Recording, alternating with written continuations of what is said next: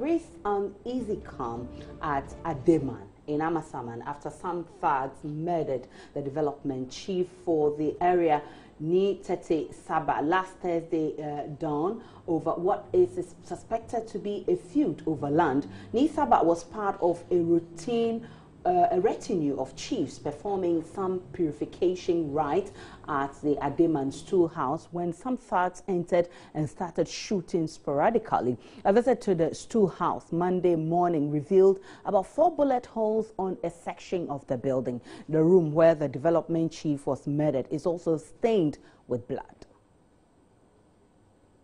I'm currently here at the Ademan stool house where the purification rites was actually happening before some thugs entered this place and then started shooting sporadically.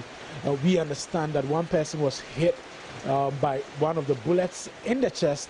That person is currently on admission at the 37 Military Hospital. But one person who happens to be the development chief of this area actually died as a result of some gunshot wounds. And then we hear also that he was butchered. Now, if you come here to the stool house, these red bands give you an indication of what happened some days ago. There's one here, and then some are very close to the doorknobs here. If you go outside the stool house also, you see all these red bands all over this place. But I have a gentleman here who witnessed exactly what happened here. He's going to tell us his version of the story. We're about to start the purification rites when some land guards stormed the stool house and started shooting. We all ran away to seek refuge in one of the rooms belonging to one of our grandparents.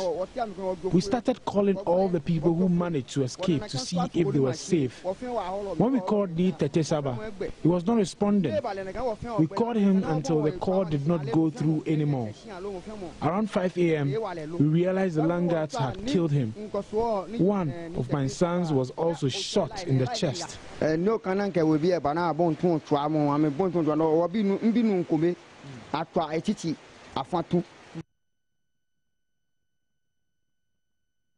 Now, communities along the coast in the country must embrace themselves for occurrences of tidal waves. That's according to Professor Akwesi Apening-Ado, lecturer at the Faculty of Marine and Fish Science at the University of Ghana, Legon. He thus advises constant and regular monitoring of the weather to be able to predict some of these occurrences ahead of time in order to reduce its impact on susceptible communities. A surge in the sea on Sunday morning swept hundreds of homes along the coast under the sea. In the central region, for instance, there's currently a search underway for a drowned fisherman who was at sea at the time. Professor Penning expressed confidence in the Coastal Developmental Authority and relocations of certain settlements, among other measures by government in addressing this challenge.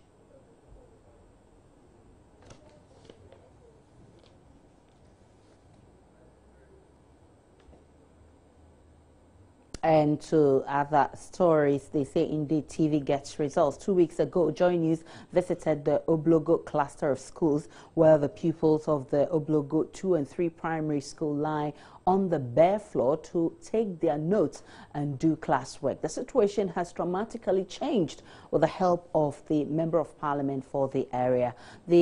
Tina Mensah, who is also the Deputy Minister of Health, Monday morning donated 200 dual desks to the pupils to make classes conducive for teaching and learning. Much for bringing this to my notice, because you know we just won the elections in January and I wasn't privy to this until you brought this thing. You made a story out of it. Then I came to see it. I promised I have to do something quickly so that the children can have a better learning environment. And this is what I have done. But there are so many challenges here. For instance, you can see as it started to rain, you can see the stagnant waters all over the place. You ask yourself, where are our children going to even play or even walking to? You don't have a playground.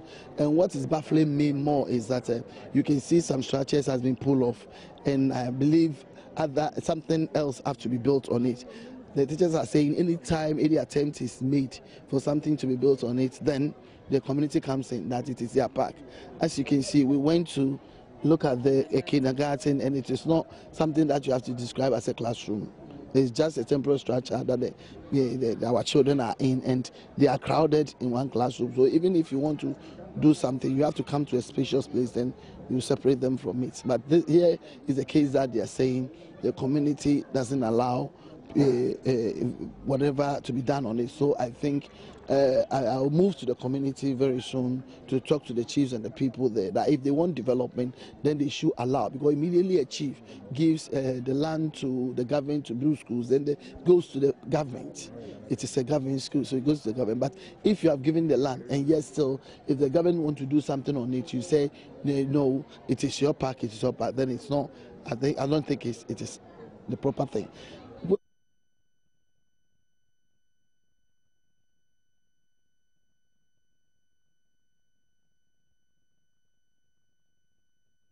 News team, they received the desk last week, and that has dramatically changed the learning atmosphere. We are feeling happy. Happy? What is making you happy today? Madam, because the first, when they bring us the desk, it was no good. When you sit down, when it is for, we can fix it. When you sit down to respond, then you fell down and you'll be hurt by net. When they bring us the desk, we are happy now, so we are feeling well. So this desk is better than the one you had? Madam, yes, it's better. Okay. But at first you're telling me sometimes you fix it and then some people get hurt. Did anybody get hurt in this class? Madam, yes. What happened to him or her? Madam, the desk, some was metal and then some was wood. And then so when the desk spawned, then when you fix it, if you fix it, then you fell down, then the metal at times will affect my hand. So when you sit down, it can hurt you. Okay. So today you are happy because you have new desk in the class. How has that changed? Has it changed the way you write, the way you learn, or what has it changed? Madam, yes, please, have changed the way we write and the way we learn. So when they bring out the new desk, we can write and we can learn more than the first desk that we were at school. So no one sits on the floor now? Madam, no, everybody sits on chair. You all have enough desks to sit? Madam, yes. And does that mean you don't have to come to school very, very early to get a chair anymore? Madam, no, we have to. But first, when you didn't come to school, you come and sit on the floor. So now when you bring that, some of them came to school at 8, but they get chairs to sit. So now we are happy to get all the desks. Thank you. Let's also talk about education and academic activities at the Ghana School of Surveying and Mapping have bounced back after the Minister of Lands and Natural Resources ordered the indefinite closure of the school some weeks ago. A visit to the school Monday morning revealed preparations for the commencement of classes after the long recess. JoyNews' Maxwell Agbagba was at the school this morning, and he reports the students are expressing mixed feelings about the reopening. The students here in this school were actually protesting against the development of this land. They say that the land will be used for the construction of a shopping. They were kicking against that, and that, triggered the demonstration that happened on this land where they destroyed some corrugated, roofing sheets that were used to fence this parcel of land. Today, this land, we can see some development ongoing. The place has been cleared, telling you that it's all is set for construction, to begin. We are told that will be used for an office complex, but these students think that will be used for the construction of a mall, and that was what triggered the long break here on this compound. I have some of the students here with me. Can you just come close up? After the long break, now you are back here in school. What's the feeling like for you? Oh, we are feeling excited to back to school, to the back. Most of all, because we are able to continue. It's an exciting feeling. There are some of your friends are saying that break, this unplanned, long recess actually disrupted your schedule plan or your learning schedule. How true is that? Oh yeah, that's very true, because before the semester begins, we have our plan, our timetable. It's really distracted, but after all, it's all for good. So we are excited. We are okay. I was a little depressed. I was home. And if you take book to read, you can't even read. And then we'll be writing the exams probably next week. And then, but it's kind of cool. Read further. You read, you get something. Yeah. So during that, what what were you doing with your life? Whoa. At home, I couldn't do anything, like nothing. It was like my dreams are being shattered. They are closing down school. And I was like, wow. So me becoming an engineer, that dream is shutting down. So what am I going to do?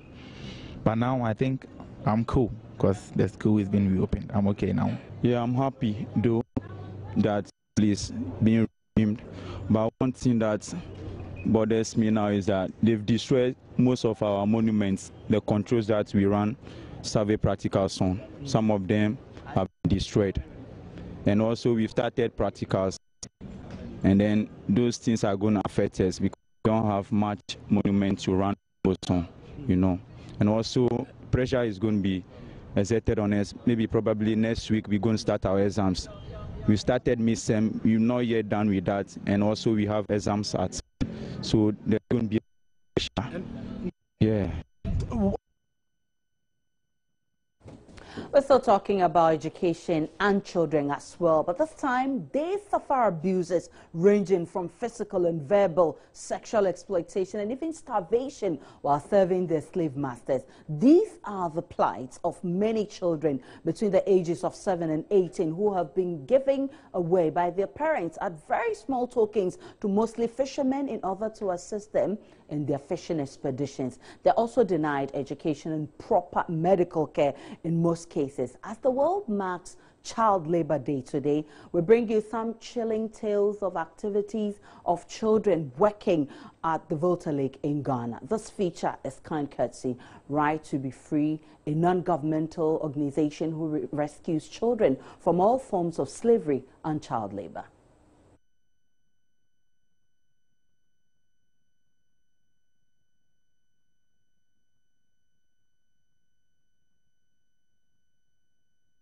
Lake Volta, located in eastern Ghana, is the world's largest man-made lake. It was formed when a dam was built to provide electricity to parts of the country. Unfortunately, Lake Volta is also where trafficked children or child laborers work in the hazardous fishing trade. Eric Piazza is the founder of the non-governmental organization Right to Be Free in Africa. He researches the child laborers and plans the rescue missions. Here in his office, he shows us where the rescue mission will take place. Eric explains that the child laborers are trafficked from parts of the Central Region, Greater Accra, the Volta region, and some of them as far as the Western region. All along the coastline, fishermen work.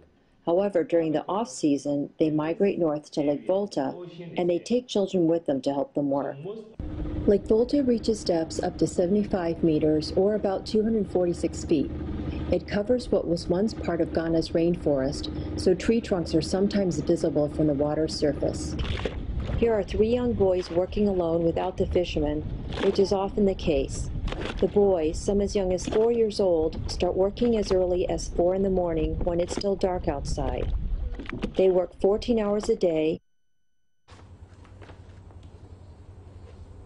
All right, those are some plights, the plight of some children who are engaged in child labor. But we'll bring you a very detailed conversation on this matter later in the evening on the PM Express, our current affairs show. But coming up shortly, we told you earlier that it's all about the NDC and its 25th anniversary, and we have some wonderful man in the studio.